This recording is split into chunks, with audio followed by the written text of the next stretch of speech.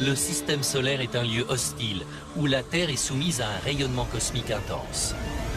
L'unique protection qui permet à la vie de prospérer sur notre planète est la magnétosphère, un champ de force invisible qui agit comme un bouclier. Mais de nouveaux indices révèlent que cette enveloppe vitale se fragilise. Une région située au-dessus de l'Atlantique Sud est d'ores et déjà soumise à de dangereux niveaux de rayonnement cosmique. La Terre est-elle en train de perdre son bouclier magnétique? La question n'est pas de savoir si le champ magnétique terrestre va disparaître, mais plutôt quand. Et qu'adviendra-t-il de la vie si cela devait se produire?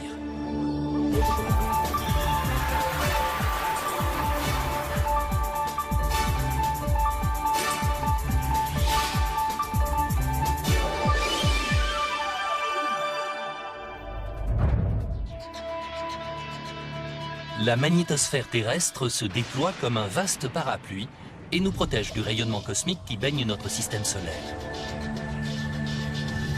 Une exposition directe à ce rayonnement serait mortelle. Le champ magnétique terrestre forme une grande bulle autour de la Terre, la magnétosphère, qui nous protège contre les manifestations les plus violentes du Soleil.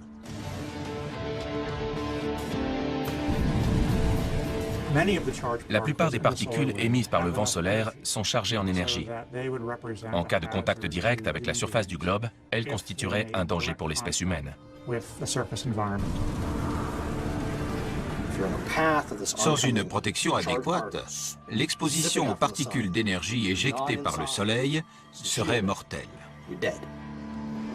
Sur Terre, la magnétosphère protège toutes les formes de vie car les particules du rayonnement cosmique transpercent les tissus et endommagent les cellules.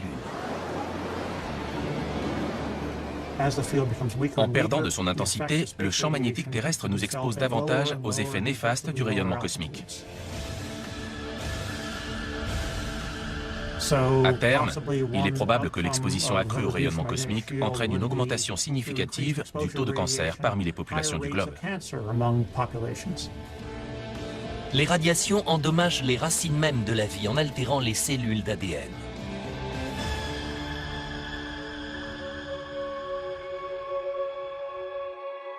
La magnétosphère est un système de défense crucial, indispensable à la survie de notre espèce.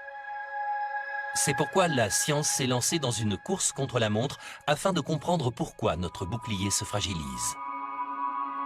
Malgré la puissance des outils dont ils disposent, les scientifiques ne parviennent toujours pas à observer le champ magnétique terrestre. Mario Acuna, chercheur à la NASA, nous aide à comprendre la structure de base du champ magnétique. Nous pouvons utiliser un simple aimant pour représenter le champ magnétique terrestre. Nous allons le placer sous un morceau de carton et saupoudrer un peu de limaille de fer. C'est une expérience que l'on fait souvent au lycée.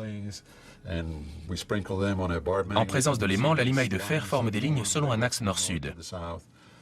Ce phénomène décrit globalement la géométrie du champ magnétique terrestre.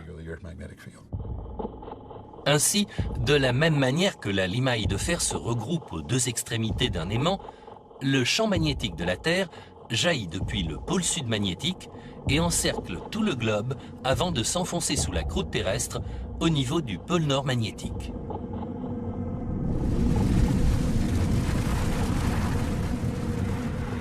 Les scientifiques estiment que ce champ est généré dans les entrailles de la Terre à près de 5000 km sous nos pieds. Cette source engendre un vaste cocon magnétique qui enveloppe la planète entière. Ce bouclier nous abrite du vent solaire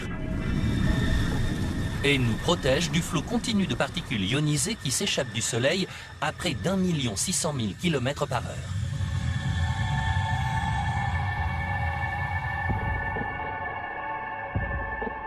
Le professeur Dan Lesrob de l'Université du Maryland a étudié la puissance du vent solaire. Le vent solaire vient percuter le bouclier du champ magnétique terrestre. L'essentiel de ces particules contourne ce dispositif naturel en forme de tétard et le rayonnement finit par se propager dans l'espace. Mais une partie du vent solaire parvient à s'infiltrer à travers l'atmosphère au niveau des pôles.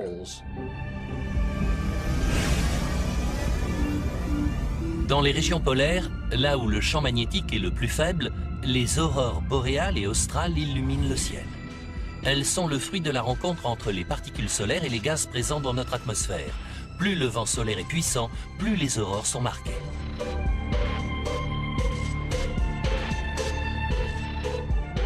Aussi merveilleuses soient-elles, ces formations témoignent du combat féroce que se livrent la magnétosphère et le rayonnement solaire. S'il n'y avait pas de champ magnétique, la planète serait directement exposée au rayonnement cosmique. Mais les scientifiques ont fait une découverte alarmante qui révèle que la Terre est bien exposée au rayonnement cosmique. Dans cette région de l'océan Atlantique, au large des côtes brésiliennes, le champ magnétique terrestre semble se détériorer rapidement. Ce phénomène en pleine expansion, qui concerne une zone d'environ 8 millions de kilomètres carrés, est connu sous le nom d'anomalie de l'Atlantique Sud. Jour après jour, le rayonnement cosmique se rapproche de la surface de la Terre. Les scientifiques n'ont pas encore tout à fait identifié l'origine de cette anomalie, mais ses conséquences sur la vie pourraient s'avérer catastrophiques. Les chercheurs de la NASA examinent déjà son impact sur les outils technologiques. L'effet combiné des particules d'énergie présentes dans la région de l'anomalie de l'Atlantique Sud et de celles qui émanent des tempêtes solaires est responsable de nombreuses pannes dans les systèmes de communication des vaisseaux spatiaux. Les satellites qui survolent la zone de l'anomalie risquent de subir des dégâts irréversibles. À bord du télescope spatial Hubble, certains instruments vitaux doivent être mis hors tension lorsqu'ils passent à la verticale de cette région. Tandis que le champ magnétique terrestre continue à se fragiliser au-dessus de l'Atlantique Sud, les dégâts causés par le rayonnement cosmique risquent de s'étendre à d'autres domaines que celui de la technologie. Selon le professeur Peter Olsen, les passagers des avions de ligne seront les premiers concernés. Si vous voyagez à bord d'un vol long courrier, vous risquez de traverser des régions où le champ magnétique est plus faible. Et compte tenu de l'altitude à laquelle vous volez, l'avion sera soumis à un rayonnement plus intense.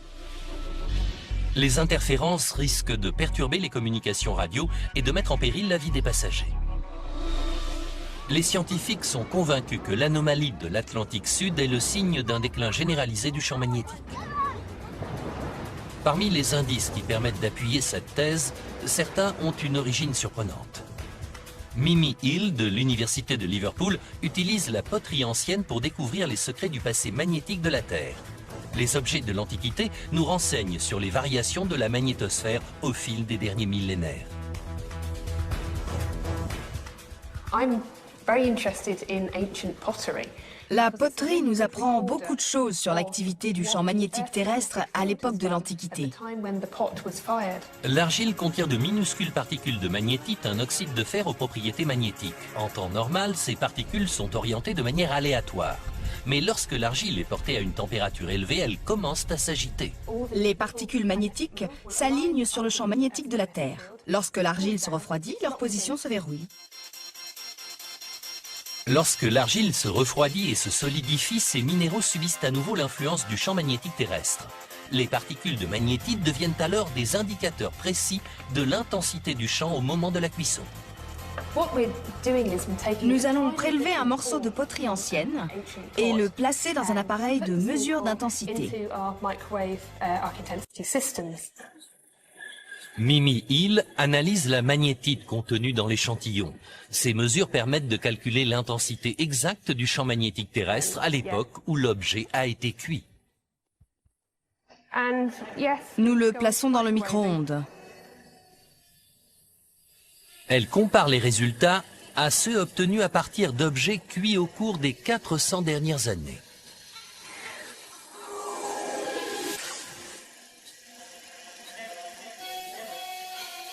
Nous savons que cet échantillon a été cuit entre 1640 et 1670.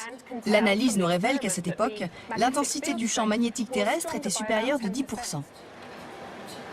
Les résultats indiquent que notre protection magnétique se dégrade à une vitesse alarmante. Et selon le professeur Jeremy Bloxham, elle pourrait disparaître 10 fois plus vite que prévu. Si nous disposions d'un interrupteur pour éteindre le champ magnétique terrestre, il mettrait environ 15 000 ans avant de disparaître. Mais si l'on se base sur le rythme de dégradation observé au cours de ces 150 dernières années, il devrait disparaître d'ici 1500 ans. Le champ magnétique de la Terre se dégrade à un rythme effréné. Il est donc impératif d'évaluer les conséquences que cela implique au niveau planétaire. Mais que se passerait-il s'il venait à disparaître complètement? La réponse se trouve sur une autre planète du système solaire.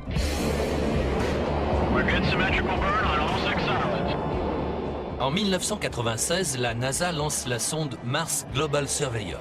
Sa mission consiste à découvrir les secrets de la planète rouge. De toutes les planètes de notre système solaire, Mars est celle qui ressemble le plus à la Terre. La matière qui les compose est quasiment identique. Toutes deux disposent d'une croûte solide, d'un noyau dense et d'une atmosphère dont la composition chimique est relativement similaire. Les scientifiques sont également convaincus qu'il y a bien eu de l'eau sur Mars, il y a quelques milliards d'années. Aujourd'hui, la planète n'est qu'un vaste désert gelé. Afin de comprendre pourquoi, la sonde Mars Global Surveyor recueille des informations sur la planète rouge. Le professeur Ben Weiss utilise ces données pour reconstituer le passé de Mars. À la différence de la Terre, le noyau de Mars ne génère plus de champ magnétique. Mais si nous pouvions arpenter les anciens hauts plateaux du sud de la planète, nous traverserions de nombreuses régions encore soumises à un champ magnétique à l'activité complexe, dont les lignes de force pointent non pas vers le nord, mais dans toutes les directions. La sonde de la NASA a découvert que certains endroits de la croûte de Mars ont une forte intensité magnétique.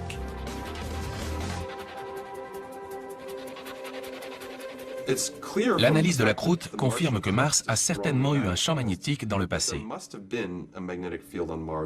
À notre stade de connaissance, c'est le seul moyen d'expliquer la présence de roches magnétiques. Pourquoi Mars a-t-elle perdu son bouclier magnétique? Et quelles conséquences cela a-t-il eu au niveau de la planète? Pour le savoir, les scientifiques doivent analyser les roches martiennes. Mais la sonde ne s'est pas arrêtée pour prélever des échantillons. Cependant, Ben Weiss a réussi à se procurer un spécimen extrêmement rare, une météorite martienne. Les roches dont nous disposons sont des météorites qui ont été éjectées du sol martien après l'impact d'un astéroïde ou d'une comète.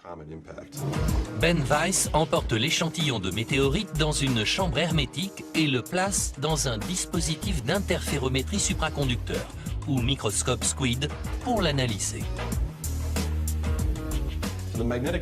Le champ magnétique d'une roche étant extrêmement faible, les mesures que nous prenons doivent être effectuées dans l'environnement magnétique le plus faible possible.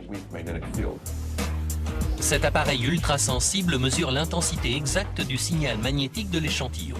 En analysant différents spécimens, Weiss obtient une image du champ magnétique de Mars au début de son existence. L'un de nos échantillons de roches martiennes a plus de 4,5 milliards d'années. En analysant l'intensité de son registre magnétique, nous avons pu démontrer que le champ magnétique de Mars était à peu près l'équivalent de celui de la Terre aujourd'hui.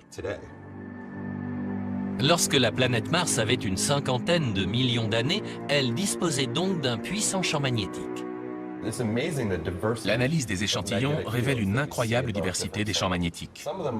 Celui-ci, par exemple, qui a 4,5 milliards d'années, révèle d'infimes anomalies magnétiques entrecoupées d'immenses zones de roches non magnétiques. Les causes de la disparition du bouclier magnétique de Mars demeurent mystérieuses. Mais les conséquences liées à cette perte n'ont rien d'énigmatique. En perdant son champ magnétique, la planète rouge a perdu le bouclier qui la protégeait du vent solaire et du rayonnement cosmique, ce qui a eu des conséquences sur l'évolution de son atmosphère. Fragilisée par la baisse d'intensité de sa magnétosphère, l'atmosphère de Mars subit les assauts du vent solaire. Les océans s'évaporent, la température chute et toute forme de vie primitive disparaît. La perte du champ magnétique a un impact dévastateur sur l'évolution de Mars qui devient la planète rouge que nous observons aujourd'hui. Si le bouclier magnétique de la Terre continue de s'affaiblir, notre planète connaîtra-t-elle le même sort? Le champ magnétique terrestre diminue rapidement. S'il venait à disparaître, la Terre pourrait connaître le même sort que Mars. Pourquoi la Terre dispose-t-elle encore d'un champ magnétique alors que celui de Mars a disparu? Avant de solutionner cette énigme, il faut comprendre d'où provient l'énergie qui alimente le champ magnétique terrestre. Afin de déterminer la source et le fonctionnement de notre champ magnétique, les scientifiques doivent explorer les entrailles de la Terre. Une entreprise ardue. Nous ne savons pas grand-chose de ce qui se passe 3000 km sous nos pieds, parce que nous n'avons aucun moyen d'envoyer une sonde.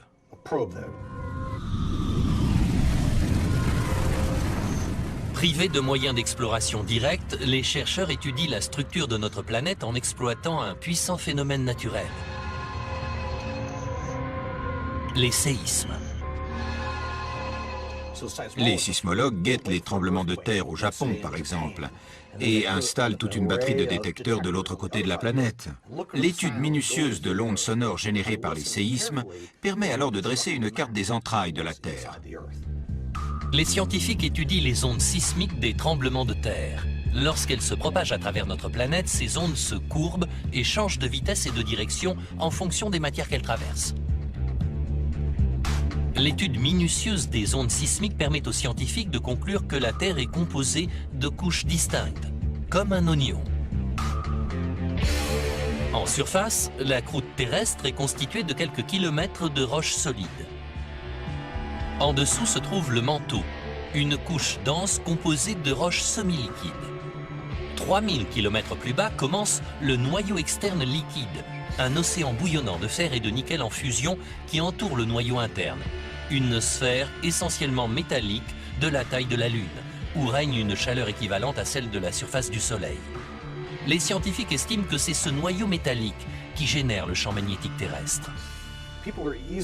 Dans l'esprit de nombreuses personnes, ce noyau métallique dur au cœur de la Terre est à l'origine du champ magnétique terrestre, puisqu'il agit comme un gigantesque aimant. Mais c'est une idée fausse, car il fait trop chaud au cœur de la Terre. Lorsque la température est trop élevée, les aimants ne fonctionnent pas. Les aimants permanents perdent leurs propriétés à une température de 650 degrés. Le champ magnétique terrestre est donc le fruit d'un autre processus. Afin d'en savoir plus, le professeur Dan Lesrop a mis en place une expérience ambitieuse. À l'Université du Maryland, son équipe a construit un modèle réduit du noyau terrestre. Nous cherchons à comprendre pourquoi certaines planètes génèrent un champ magnétique et pas d'autres. Les expériences devraient nous permettre de comprendre les mécanismes qui entrent en œuvre, de découvrir ce qui déclenche le processus magnétique chez certaines planètes, alors que d'autres demeurent inertes. La sphère renferme une boule de fer solide ceinte de 13 tonnes de métal liquide. Lesrop utilise du sodium fondu car son point de fusion est inférieur à celui du fer. La sphère externe rotative contient du sodium liquide. Elle est destinée à simuler le noyau de fer de la Terre.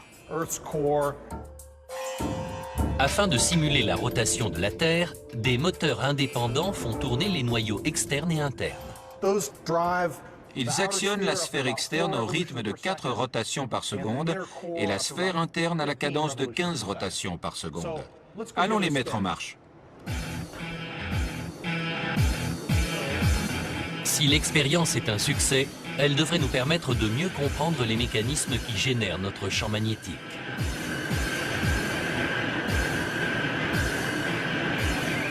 Ça fonctionne.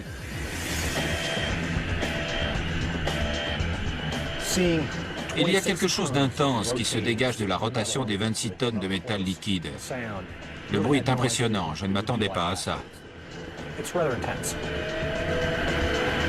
Lorsque la sphère atteint sa vitesse maximum, un phénomène incroyable se produit. De gigantesques lignes de champ transpercent le noyau métallique.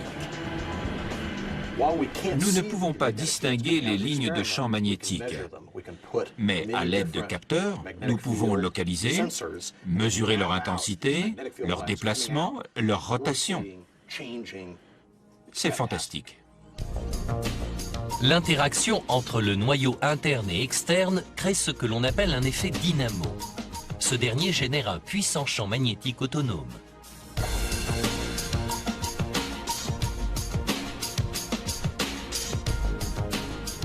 Cette image montre le comportement des champs magnétiques. En rouge, les lignes de champ qui s'échappent du simulateur, en bleu, celles qui rejoignent le simulateur. Le résultat est surprenant. L'expérience de Lesrop renforce la théorie selon laquelle le champ magnétique de la Terre est généré par une géodynamo interne. La circulation du métal liquide dans le noyau externe est essentielle à ce processus. La géodynamo dépend donc du flux de fer en fusion présent dans le noyau terrestre. Le noyau froid de Mars pourrait-il expliquer l'absence de son champ magnétique? La Terre risque-t-elle de subir le même sort? Le refroidissement va se poursuivre et avec le temps, le rayon du noyau solide de la Terre va s'accroître. À terme, le noyau externe pourrait aussi se solidifier. Il est même possible que le champ magnétique terrestre ait disparu avant que le noyau ne se solidifie. L'anomalie de l'Atlantique Sud est-elle un signe du refroidissement du noyau terrestre? Dan Lesrop n'en est pas convaincu. Lorsqu'on évoque le champ magnétique terrestre, les gens se représentent un axe nord-sud. Avec une boussole qui pointe vers le nord, les choses paraissent simples. Mais sur les cartes, le nord magnétique et le nord géographique sont deux choses différentes, car le pôle nord magnétique se trouve au Canada.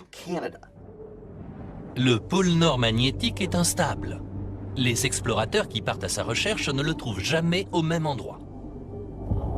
Larry Newitt de la Commission géologique du Canada cartographie les mouvements du pôle nord magnétique à travers les terres gelées du Grand Nord canadien. Une simple observation ne permet pas de déterminer l'emplacement du pôle nord magnétique.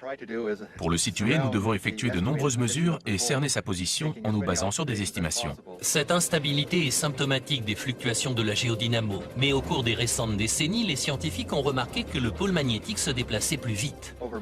Au cours du siècle dernier, il s'est déplacé d'une dizaine de kilomètres par an. Mais à partir de 1970, le rythme s'est accéléré pour atteindre une quarantaine de kilomètres par an.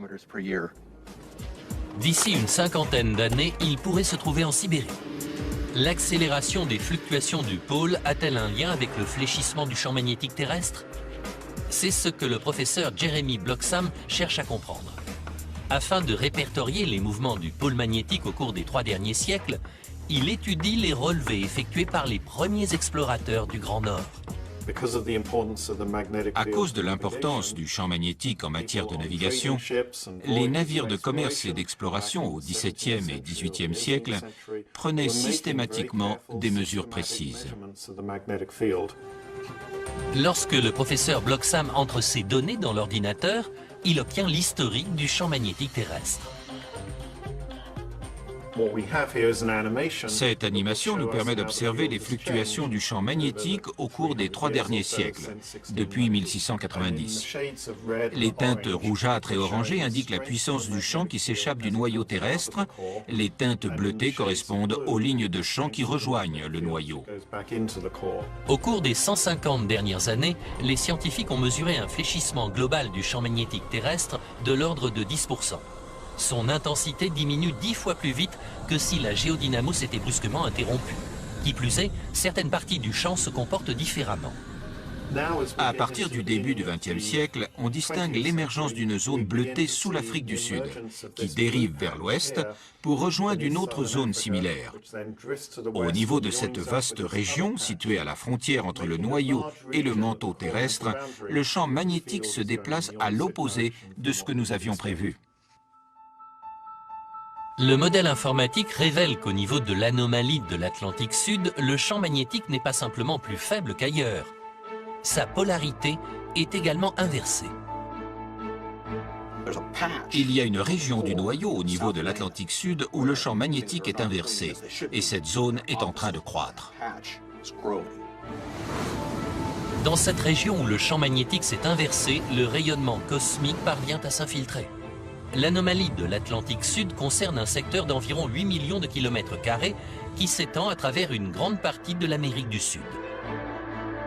Actuellement, le rayonnement atteint la haute atmosphère et affecte essentiellement les satellites et les vaisseaux spatiaux. Mais si l'anomalie continue sa progression sur le même rythme, un jour, nous serons exposés. Une chose est sûre, quelque chose se prépare au niveau de l'Atlantique Sud. Ce n'est que le début de l'orage. Mais si le processus s'accélère, le bouclier qui nous protège du rayonnement solaire va s'effriter. Le Soleil, autrefois notre ami, deviendra notre pire ennemi. Si notre magnétosphère vient à disparaître, le rayonnement solaire vaporisera progressivement notre atmosphère, éradiquant l'eau et la vie de notre planète. L'enjeu est de taille. Afin de nous préparer pour l'avenir, nous devons observer le passé de plus près. 12, 11, 10, 9, ignition sequence start. 20 juillet 1969. Neil Armstrong est le premier homme à poser le pied sur la Lune. Une prouesse technologique sans précédent. Mais au cours de leur mission, Armstrong et son copilote Buzz Aldrin aperçoivent des éclairs lumineux dans l'obscurité du module d'Apollo 11. Fait étrange, ces éclairs sont perceptibles même lorsqu'ils ont les yeux fermés. De retour sur Terre, les deux astronautes font part de leur expérience. Les scientifiques de la NASA sont perplexes. 6 ans plus tard, leurs recherches démontrent que ces éclairs de lumière sont des rayons cosmiques de forte intensité qui ont traversé le module, ainsi que la rétine des membres d'équipage.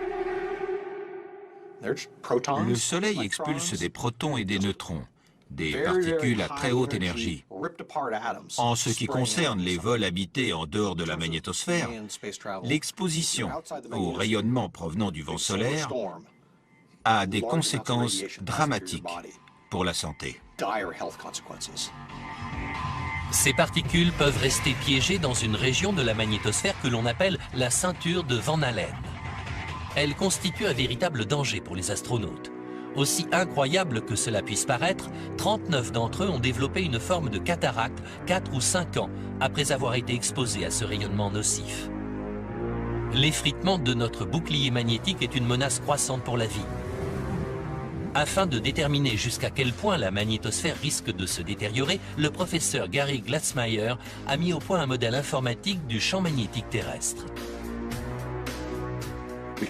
Nous ne pouvons pas reproduire avec exactitude le comportement de la Terre dans le passé ou dans le présent.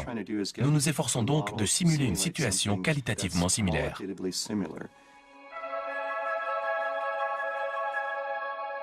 L'ordinateur de Gary Glatzmeyer tourne en continu. Afin d'observer l'évolution du champ magnétique à travers les millénaires, chaque année de temps réel représente 100 000 ans de temps virtuel. Au bout de 36 000 ans, les résultats de la simulation sont surprenants. Je me suis absenté une quinzaine de jours et en analysant les résultats à mon retour, j'ai constaté une inversion.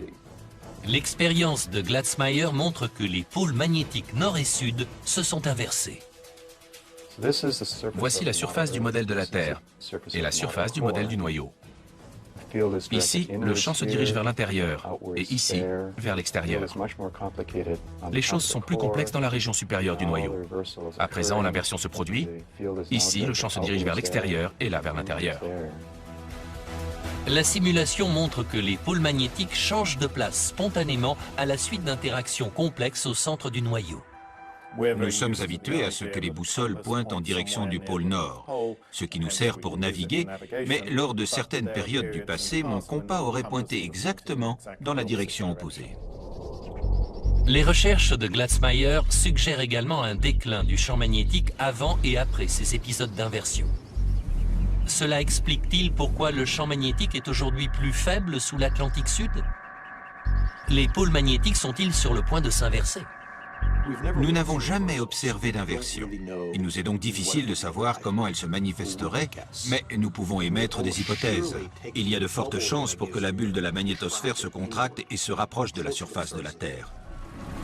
Si nous sommes sur le point de subir une inversion du champ magnétique, notre planète sera soumise à une exposition croissante au rayonnement cosmique pour les milliers d'années à venir. Mais pour l'heure, ce scénario n'est que le fruit des simulations par ordinateur. Pour récolter des indices concrets, les scientifiques se tournent vers l'archipel volcanique d'Hawaï. Ces anciennes coulées de lave renferment des archives intactes de l'activité du champ magnétique terrestre depuis des millions d'années. Le professeur Emilio Herrero Berdera les étudie afin de déceler d'éventuels indices.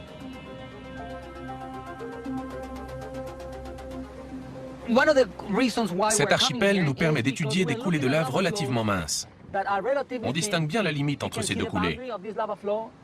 À partir d'ici, les couches qui se superposent sont le fruit d'une formidable succession de séquences. Il y a là 300 à 400 coulées de lave différentes.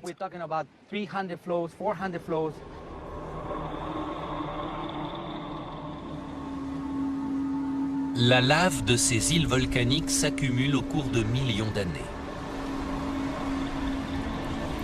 Lorsqu'une coulée atteint l'océan, elle se refroidit rapidement et livre un instantané de la puissance du champ magnétique terrestre.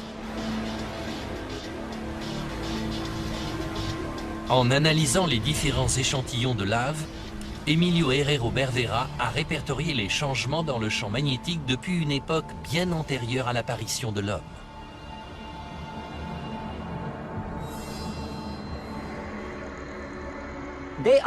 Ces coulées sont des archives du champ magnétique terrestre sur des centaines, des milliers d'années. Nous avons besoin de cette matière pour étoffer nos connaissances sur le sujet. Les couches inférieures permettent aux scientifiques de remonter dans le temps. Afin de déchiffrer les informations qu'elles renferment, le professeur Herrero Bervera prélève un peu de lave ancienne. Cet échantillon va permettre de mesurer l'évolution du champ magnétique, mais il va également révéler un autre indice essentiel. À présent, nous allons mesurer l'intensité magnétique de l'échantillon que nous avons pris. De retour au laboratoire, il analyse le spécimen à l'aide d'un magnétomètre. Au même titre que l'argile, la lave contient de la magnétite. Lorsque le magma refroidit, les particules de magnétite s'alignent sur le champ magnétique terrestre comme des aiguilles de boussole, enregistrant aussi bien la puissance que la direction du champ. Dans cet échantillon, la magnétite s'aligne avec le nord magnétique actuel. Cet échantillon date d'environ 700 000 ans, à une époque où le champ se caractérisait par une polarité normale. Mais en analysant les échantillons plus anciens, il fait une découverte stupéfiante. Les particules de magnétite ne pointent pas vers le nord, mais en direction du sud. Elles témoignent d'une époque durant laquelle la polarité du champ magnétique était inversée par rapport à aujourd'hui. Les coulées de lave ont enregistré une inversion. Je devrais pouvoir observer une séquence de points qui définissent le comportement et l'évolution du champ magnétique d'une polarité à une autre. En analysant des milliers d'échantillons de lave, les géophysiciens ont découvert que le champ magnétique terrestre s'est inversé plus de 18 000 fois lors des derniers 20 millions d'années. Les inversions ont été précédées et suivies de longues périodes de fléchissement de l'intensité du champ magnétique. Au cours de ce processus d'inversion, l'intensité du champ magnétique chute de manière significative. C'est arrivé souvent. La Terre a 4,5 milliards d'années. Le phénomène se produit donc environ tous les 100 000 ans. Les recherches ont révélé que la dernière inversion s'est produite il y a 780 000 ans. La possibilité d'une inversion du pôle magnétique suscite un intérêt légitime. La précédente s'est produite il y a plus de 750 000 ans, et dans une certaine mesure, la prochaine inversion devrait déjà avoir eu lieu. La question n'est donc pas de savoir si elle risque de se produire, mais plutôt quand elle surviendra. Pour bon nombre de scientifiques, l'anomalie de l'Atlantique Sud marque le début d'une inversion du champ magnétique à l'échelle planétaire. L'effritement de notre bouclier va s'accélérer, entraînant des conséquences sérieuses pour la vie. Le rayonnement auquel nous serons confrontés a des effets nocifs sur l'ADN, l'ARN et la structure des cellules. Il aura un impact important sur l'incidence des cancers. Cependant, les inversions du champ magnétique terrestre sont rares et irrégulières en comparaison avec celles de notre étoile la plus proche.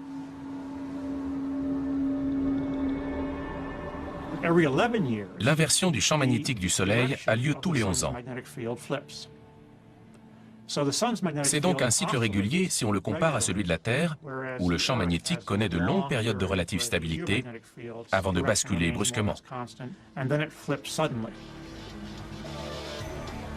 Bien que les mécanismes qui régissent le champ magnétique du Soleil et de la Terre ne soient pas tout à fait identiques, les scientifiques observent notre étoile de près. Nous sommes en présence de deux dynamos assez dissemblables qui opèrent selon les mêmes lois de la physique dans des environnements qui diffèrent quelque peu. L'étude et la comparaison des deux fonctionnements nous renseignent davantage sur leurs possibilités réciproques. Au cours de son cycle magnétique, le Soleil subit des changements d'activité périodiques. Tous les 11 ans, il entre dans une phase de maximum solaire. Ce cycle de 11 ans est ponctué de pics d'activité qui donnent lieu à de nombreuses tempêtes solaires. À l'heure actuelle, le Soleil est plus calme, mais d'ici 3 ans, la nouvelle phase de maximum solaire engendrera de puissantes tempêtes et de gros bouleversements. En 2012, le Soleil connaîtra un pic d'activité. Pendant 3 ans, l'accumulation d'énergie magnétique va favoriser l'apparition de taches sombres, d'éruptions de matière coronale et générer de puissants vents solaires. À chaque période de maximum solaire, des satellites sont détruits. Lors du précédent pic d'activité, le vent solaire a déstabilisé le réseau énergétique de l'Amérique du Nord et provoqué d'importantes pannes électriques. Ces tempêtes sont dévastatrices. Le fléchissement de la magnétosphère se poursuit. À terme, le bombardement de particules solaires pourrait s'avérer meurtrier.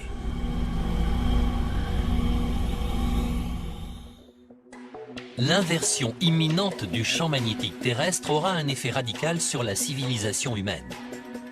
Mais elle menacera aussi la survie d'un grand nombre d'espèces animales. Nous savons que les chauves-souris s'orientent grâce à l'écholocation. Mais le docteur Richard Holland a découvert qu'elles se servent également du champ magnétique de la Terre. Ces études cherchent à déterminer dans quelle mesure l'inversion de la polarité risque d'affecter leur système de navigation. Nous capturons des chauves-souris dans cette ferme expérimentale de l'Université de Princeton. Lors de nos expériences, nous perturbons les cellules sensorielles qui leur permettent de détecter le champ magnétique terrestre. Afin de perturber son sens de l'orientation, Richard Holland introduit une chauve-souris dans cette bobine. Ce dispositif émet des pulsations magnétiques de très faible intensité. Nous avons inversé la polarité dans la magnétite des cellules sensorielles de ce spécimen. À présent, je vais le relâcher pour voir où il se dirige.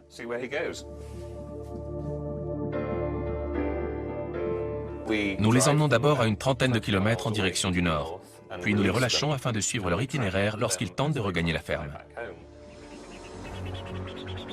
C'est parti! Richard Holland cherche à comprendre comment la pulsation magnétique affecte leur capacité à retrouver leur chemin. Normalement, les chauves-souris regagnent la ferme en 60 minutes. Mais que se passe-t-il lorsque leurs sens ont été manipulés? Ça y est, elle s'est envolée. Elle est partie en direction du nord. Nous avons inversé la polarité de ce cobaye. Il se dirige dans la mauvaise direction, mais il finira par rectifier de lui-même pour regagner la ferme. La chauve-souris met plusieurs heures à retrouver son chemin. Holland est convaincu que cette espèce perçoit les lignes de champ magnétique. Lorsque la polarité est inversée, les chauves-souris sont désorientées et se dirigent inévitablement dans le mauvais sens.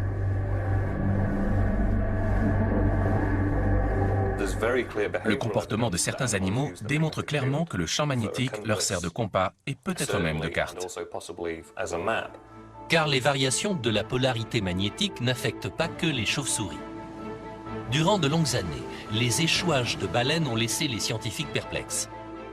Mais dans les années 1980, les biologistes ont remarqué une corrélation entre ce phénomène et certaines anomalies survenant brusquement sur le sol océanique. Le fléchissement du champ magnétique de la Terre pourrait désorienter le système de navigation du chef de file d'un groupe de baleines et entraîner un échouage collectif. Les variations du champ magnétique peuvent altérer la capacité de certains animaux à déterminer leur position. Depuis l'apparition de la vie sur la planète, le champ magnétique terrestre est un élément essentiel du mécanisme de localisation des espèces. Il est difficile d'imaginer ce qu'impliquerait sa disparition. L'absence de pôle magnétique pourrait avoir des conséquences désastreuses pour un grand nombre d'espèces, y compris la nôtre.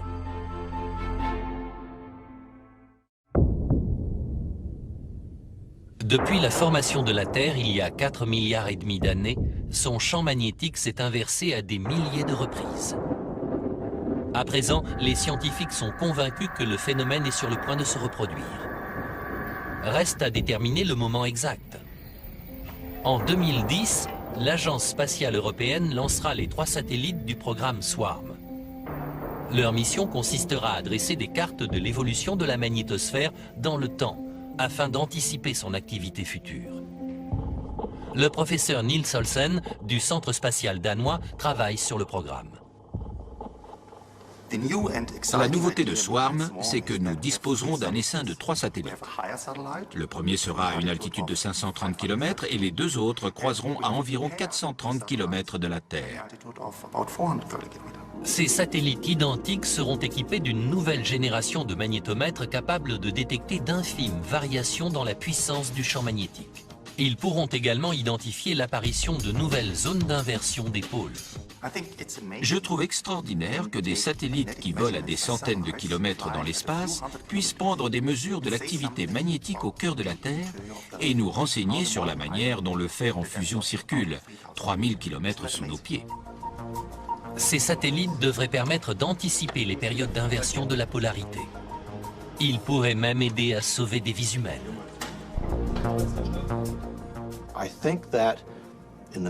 Je suis convaincu que dans les 2 prochaines décennies, nous pourrons développer une discipline destinée à prévoir l'activité du champ magnétique, afin de préparer les lancements de satellites et les vols habités.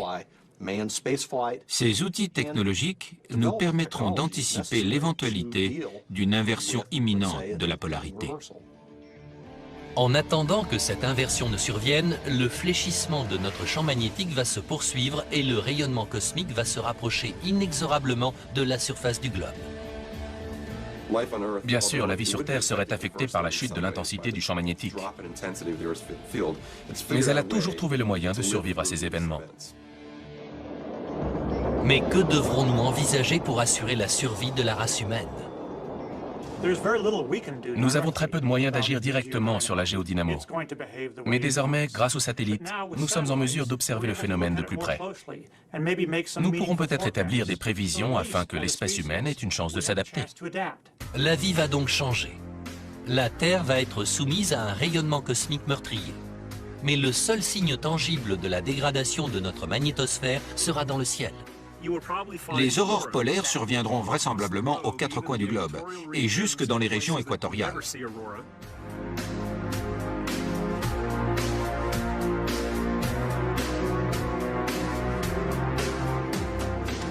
La magnétosphère a façonné l'évolution de la Terre. Sans elle, la vie sous la forme que nous lui connaissons n'existerait pas. Notre planète serait dénudée. Notre bouclier magnétique nous protège des effets nocifs des tempêtes solaires. En dépit des nombreuses inversions de polarité survenues au fil des millénaires, l'humanité n'a encore jamais été confrontée au phénomène. Quoi qu'il en soit, les bouleversements du champ magnétique terrestre vont affecter la vie sous toutes ses formes. Mais les scientifiques doivent encore découvrir les indices qui permettent de relier les inversions du passé à des épisodes d'extinction massive. Si nous parvenons à nous adapter, nous devrions survivre.